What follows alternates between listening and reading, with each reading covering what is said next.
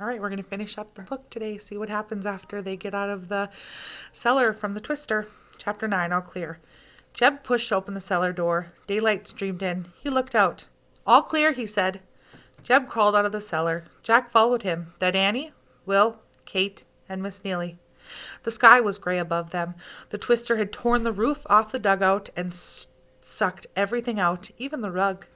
They all stared in shock at the empty space. Then Miss Neely smiled. Well, at least we're all safe, she said. They stepped out of the hut. The air was thick with dust and bits of grass. The Twister had cut a wide path of dirt and destruction across the prairie. It was still whirling away on the horizon. Everyone watched silently as the Twister became thin, long and thin, like a piece of rope. Then it vanished completely. Miss Neely turned to Jack and Annie. You saved our lives, she said. Thank you, said Will. Thank you, said Kate, hugging Annie. Jeb actually opened the cellar door, said Jack. Yes, thank you too, Jeb, said Miss Neely. Here they're out of the cellar and they're watching the Twister off in the horizon. The older boy only scowled.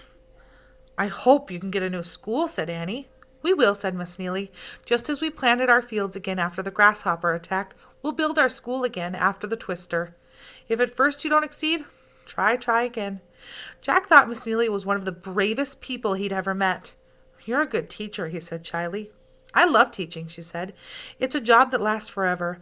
Whatever you teach children today travels with them far in the future. That's true, said Annie. Jack smiled. Well, we better leave again, he said.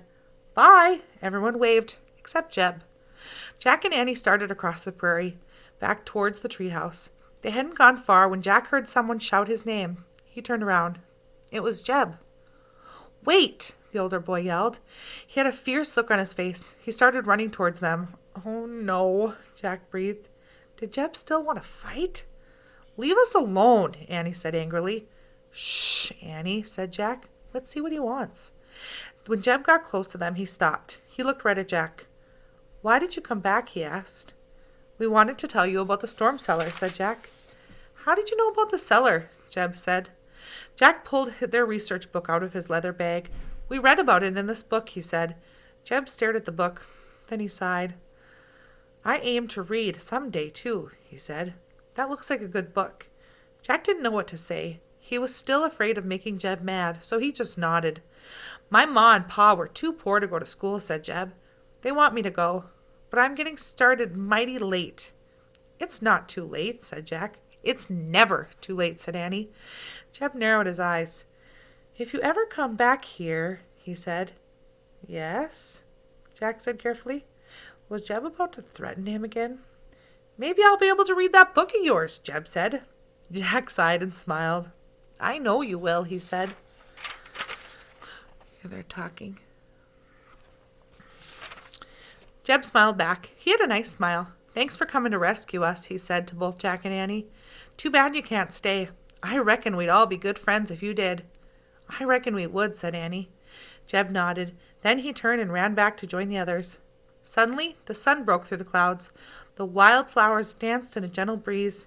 Ready? Said Annie. Jack just stood there, staring at the sunlit prairie. Jack? Ready to go? Annie asked. In that moment, Jack actually hated to leave, but he nodded slowly and said, Let's go. He and Annie took off through the bright, sparkling grass. They ran to the small grove of trees near the creek.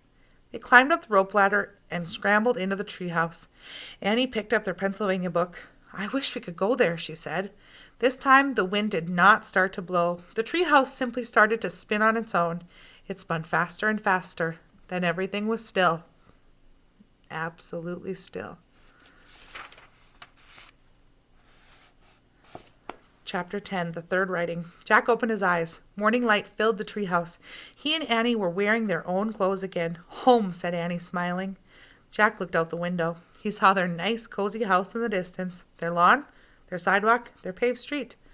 Life here is pretty easy compared to pioneer life, said Jack. We're lucky, said Annie. Jack reached into his bag and pulled out a small slate. Our third writing, he said. He added the poem to the list from the Civil War and the letter from the Revolutionary War. You did just what the poem says you should do, said Annie. What do you mean? Jack asked. If at first you don't succeed, try again, Annie said. You kept trying to make friends with Jeb. In the end, you did. I guess you're right, said Jack. We have to get only one more special writing from Morgan's library, said Annie. I wonder how that will help save Camelot, said Jack. Annie shrugged. It's a mystery, she said. She and Jack looked around the treehouse. Look! Annie picked up a piece of paper lying in the corner. She read aloud, Come back early Wednesday morning. Wednesday? Man, that's tomorrow, said Jack. So? Said Annie. She started down the rope ladder. Not much time to recover, said Jack, pulling on his backpack. Recover from what? Annie said. The twister, said Jack. Oh yeah, I almost forgot about that, said Annie. Jack smiled. Actually, the nightmare of the twister was fading from his memory too. We must try to hold on to the good memories, Miss Neely had said, and let go of the bad ones. The kindness of Will and Kate, making friends with Jeb, and the courage of Miss Neely, these memories, Jack thought, he would never forget.